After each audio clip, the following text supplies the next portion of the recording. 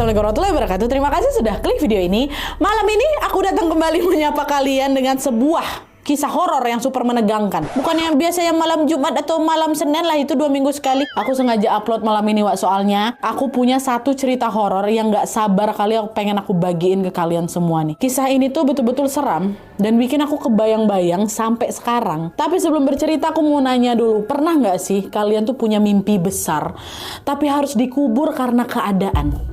Pernah? Mungkin beberapa dari kalian pernah ngerasain hal kayak gini juga, Wak. Nah, cerita yang mau aku bawain ini berkisah tentang seorang anak perempuan yang hidup dalam keterbatasan tapi selalu dituntut buat jadi kuat dan mandiri di usianya yang masih belia. Lalu di tengah hidupnya yang berat itu dia punya satu mimpi besar untuk mengubah nasib keluarganya. Tapi sebelum mimpi itu terwujud, dia malah terseret dalam pusaran teror yang selama ini menghantui warga di desanya. Teror yang dialami sama gadis ini, Wak, bukan cuma nyeremin aja tapi juga mengiris hati karena hampir ngerusak keutuhan keluarganya. Kira-kira apa yang sebenarnya terjadi dan teror mistis apa yang dia alami? Tanpa berlama-lama kita langsung masuk aja ke ceritanya. Check it out.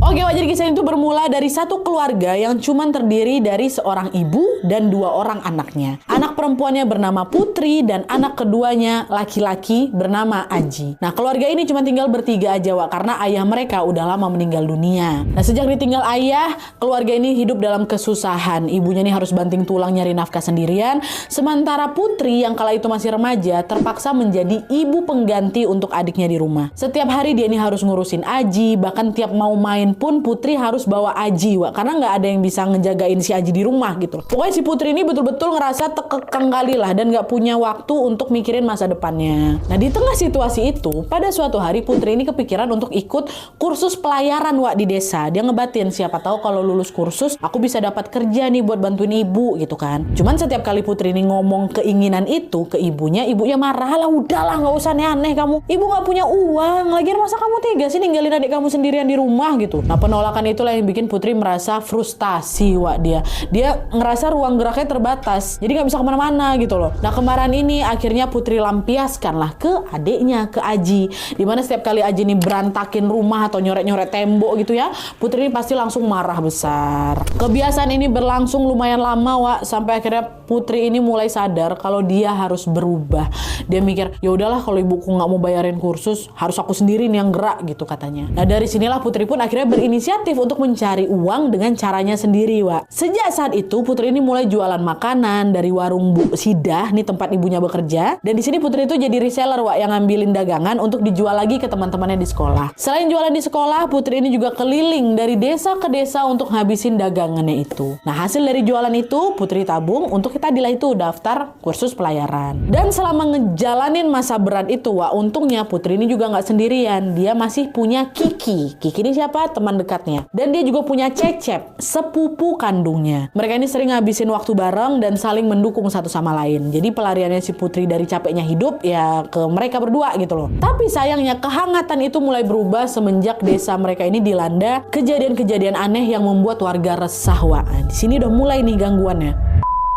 Akhir-akhir itu, suasana di desa Putri ini perlahan berubah. Secara tiba-tiba, Wak, banyak kali warga yang mengaku kehilangan uang dan juga perhiasan berharga mereka. Dan gak cuman barang aja, Wak, warga ini juga mulai ngalamin kejadian janggal. Ada yang bisnisnya mendadak bangkrut, ada yang tiba-tiba jatuh sakit, dan ada juga yang meninggal dunia tanpa sebab yang jelas. Kejadian itu pasti bikin warga makin was-was. Ini kenapa desa kita kayak gini nih? Apa ada yang salah sama desa nih? Nah, di tengah kebingungan itu tiba-tiba datanglah ini kabar baru yang bikin warga makin gempar lagi, Wak. Konon katanya, beberapa wanita di desa Putri itu dikabarkan hilang. Awalnya warga masih positif thinking, mungkin mereka pada ngerantau ke kota nih, bapak-bapak, ibu-ibu. Tapi kenyataannya, Wak, satu persatu wanita-wanita itu nggak pernah kembali lagi. Belum habis rasa cemas itu ya, muncul lagi kabar baru yang nggak kalah bikin gempar lagi, di mana beberapa warga ditemukan meninggal dengan cara yang tidak wajar. Sejak adanya kejadian aneh itu, suasana desa berubah total nih.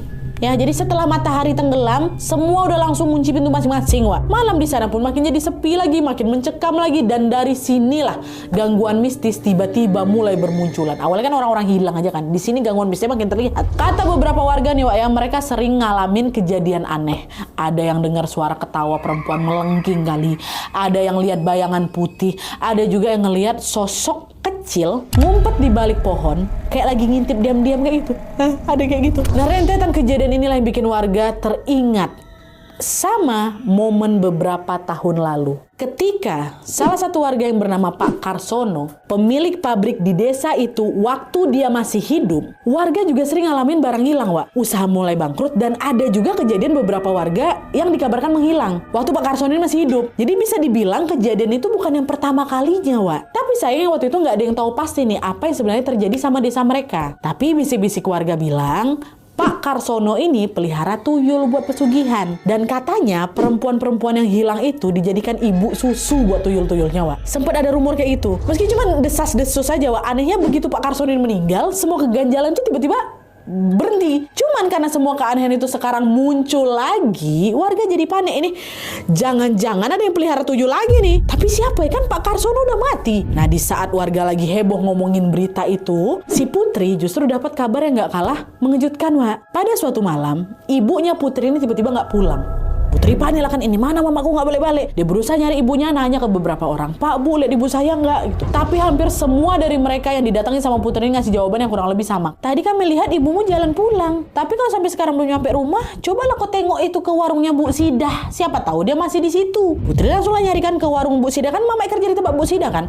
Nanyalah ke warung itu, tetap nggak ada mama di sana, Wak. Karena khawatir, Putri segera melaporlah ke kepala desa, namanya Pak Kiman nih, nama si kepala desanya. Tapi begitu Putri bilang mamanya hilang, Pak Kiman jawab, ibumu tadi kesini memang, dia minta kerjaan, katanya baru di PHK sama Bu Sidah. Cuman karena saya nggak ada lowongan, ya udah saya saranin udah kamu ke kota aja, barangkali mamamu ke kota. Putri langsung bilang, masa si ibu tega ninggalin kita, Pak? Kayak nggak mungkin lah. Ya siapa tahu. Nah, karena nggak berhasil nemuin mamanya, Putri pun terpaksa pulang dengan tangan kosong.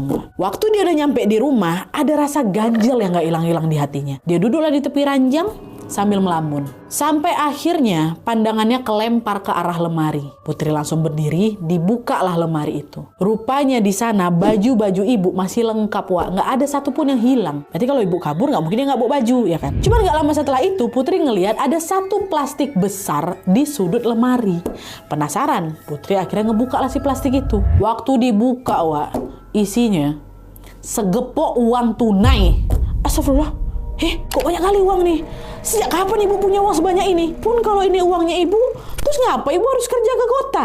Iya, masuk akal. Nah, sadar ada yang nggak beres di sini, Putri pun akhirnya menceritakan semuanya ke Kiki sama ke Cecep, kawan sama sepupu dekatnya tuh. Soal ibunya nggak pulang sampai soal penemuan segepok itu diceritain semua sama mereka berdua kan. Nah, di situ Kiki sama si Cecep ini juga ikutan bingung. Jangan-jangan mamaku diculik nggak? Iya, Put. Jangan-jangan ibumu hilang kayak wanita-wanita lain di kampung ini, ndak? Sembarangan kau. Siapa yang mau nyulik ibu aku? Nggak mungkin lah. Nah, di tengah perdebatan itu tiba-tiba mereka dikejutkan sama suara Aji, Wak, adiknya Putri, yang lagi nyoret tembok pakai sebongkah arang, dicoret-coret tuh kan. Baru si Putri mau negur Aji, si Aji malah ngomong kayak gini, Kak, akhir-akhir ini ibu tuh sering ngigo loh, Kak. Dia sebut tempat ini pas lagi tidur. Dia tunjuklah ke arah yang dia gambar kan.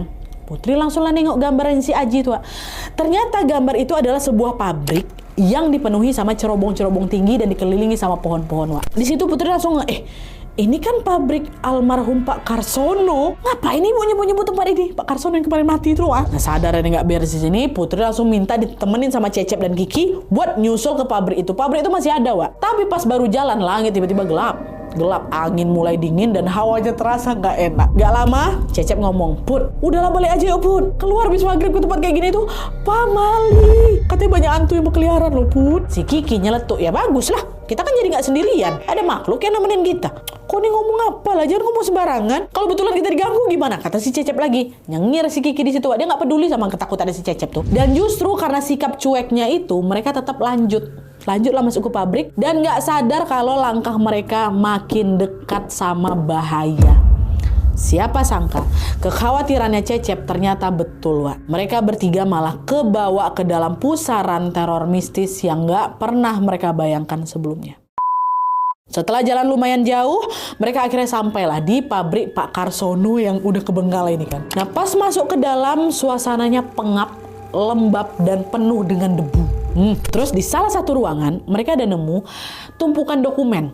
Ada peta juga dan beberapa foto lama, Wak. Nah, pas lagi ngecek foto-foto itu, Putri ada nemu satu foto yang langsung bikin dia terperangah. Di situ, di foto itu, ada Pak Karsono lagi pose berdiri di samping seseorang yang dia kenal lumayan dekat. Tapi bukan itu aja. Di sana juga ada foto beberapa perempuan yang ekspresinya kayak lagi takut. Putri lalu ngeliat lagi foto itu satu persatu sampai akhirnya matanya berhenti di satu foto yang kayak nggak asing. Setelah dia pastikan lagi, astaga, fotonya ibu. Kok ada foto ibu? Belum sempat dia mikir lebih jauh, Putri dengar ada suara orang merintih dari arah rumah tua yang ada di belakang pabrik. Penasaran, Putri, Cecep, sama Kiki langsung datangin sumber suara itu kan. Dan pas masuk ke dalam, mereka langsung disambut aura gelap, lembab, dan juga mencekam, Wak. Di tempat itu, mereka juga nemuin ada sebuah buku yang isinya tentang pesugihan tuyul. Belum reda rasa kagetnya, suara merintih tadi yang mereka kejar tadi terdengar makin jelas di telinganya Putri. Karena penasaran, mereka buru-buru menghampiri sumber suara. Dan pas masuk ke salah satu ruangan, Wak, Putri dibuat shock karena yang merintih itu ibunya. Waktu itu kondisi ibu betul-betul menyedihkan kali. Kedua tangannya terikat, mulutnya tersumpal, dan wajahnya pucat kayak mayat hidup, Wak. Putri langsung nyamperin ibu, dibuka aja ikatan tubuhnya ibu ya kan. Dan setelah ikatannya terlepas, barulah ibu tuh macam ngeracau, Wak. Dan sebut satu nama yang gak asing. Siapa? Pak Kiman.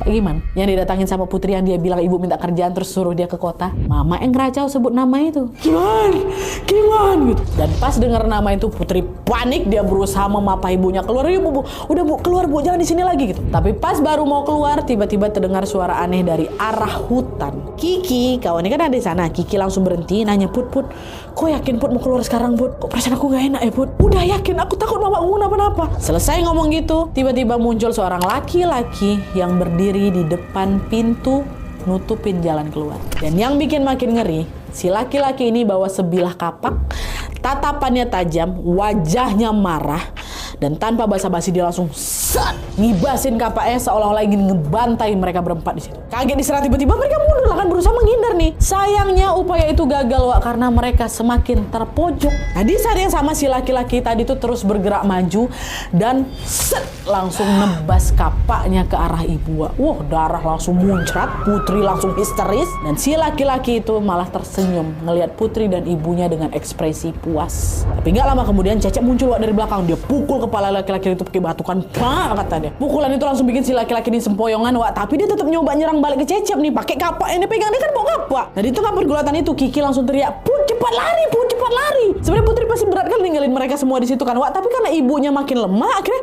Putri pun terpaksa kabur nih untuk mencari pertolongan. Dia lari sendirian kan, Wak. Tapi belum jauh dia lari, Putri ngerasa punggungnya ada yang narik.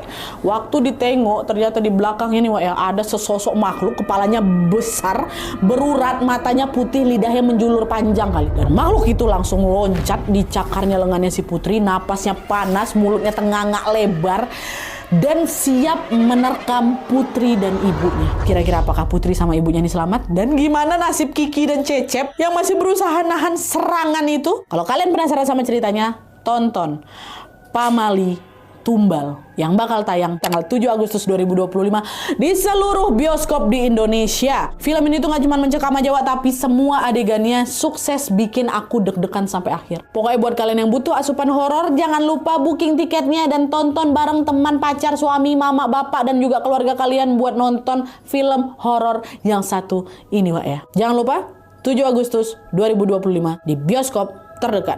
Mantap.